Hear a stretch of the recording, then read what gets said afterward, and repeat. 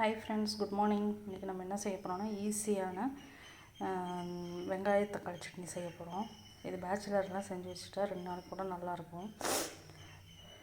தக்காளி 2, பெரிய வெங்காயம் 3, கொஞ்சோண்டு புளி, ஒரு 5 வரமிளகா, பூண்டு, கருவேப்பிலை, அவ்வளோதான். இப்போ எப்படி செய்கிறதுன்னு பார்க்கலாம். எண்ணெய் நல்லா சூடாயிருச்சு. இப்போ வெங்காயம் போட்டுக்கலாம். ஃபஸ்ட்டு வெங்காயம் போட்டு நல்லா வதக்கி வைக்கலாம்.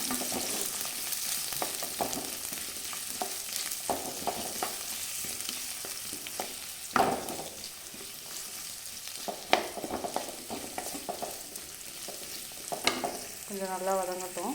வெங்காயம் வதங்கிடுச்சு. இப்போ தக்காளி போட்டுக்கலாம். தக்காளி போட்டாச்சு. கொஞ்சம் நல்லா வதங்கட்டும். தக்காளி வேகமாக வதங்குறதுக்கு தேவையான அளவு உப்பு போட்டுக்கலாம்.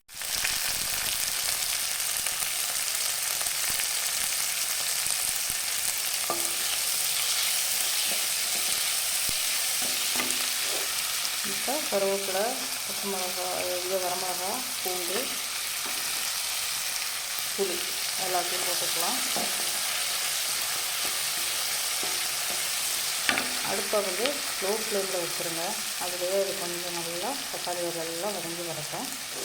ஒரு 10 நிமிஷம் கழித்து எடுத்து ஆற வச்சுட்டு அரைச்சி தாளிக்கணும்னு தாளிக்கலாம். இல்லைன்னா அப்படியே கூட சாப்பிடலாம். சூப்பராக இருக்கும். தோசை, இட்லிக்கெல்லாம் அரைச்சிட்டு காட்டுறேன்.